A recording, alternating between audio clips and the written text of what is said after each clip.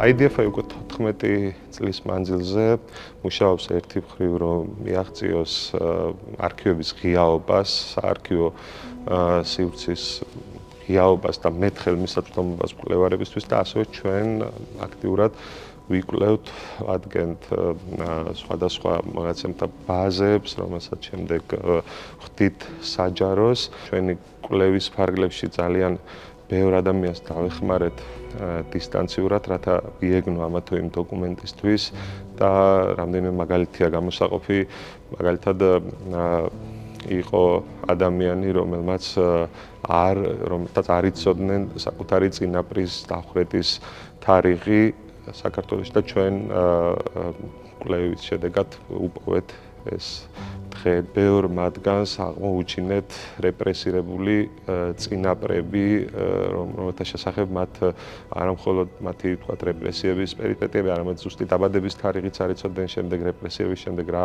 ბედი ეწია მათ წინაპარს და რამდენიმე ასეთი შემთხვევა ჰქონდა, როდესაც რაც ამ ხალხმა ძალიან ემოციურად მიიღო, რადგან გაარკვიეს საკუთარი ბაბუის, დიდი ბაბუის და ბედიების და ასე შემდეგ ბედიღბალი და ჩვენ დავეხმარეთ ასევე მათ, რომ შეგვეძინა ეს საქმეები არქივებიდან, ამ საქმეების ასლები, შეგვეძინა ამ საქმეების ასლები არქივებიდან და რათა მათ წაეკითხათ ზუსტად აი ეს საგამოძიებო თუ პირადი საქმეები, რომლებიც დაცული არის მათ წინაპარზე. საქართველოში სახელმწიფო პოლიტიკური რეპრესიების მსხვერპლთა სუბსიდია ყოველთვიური დახმარება შეადგენდა თვეში 7 ლარს.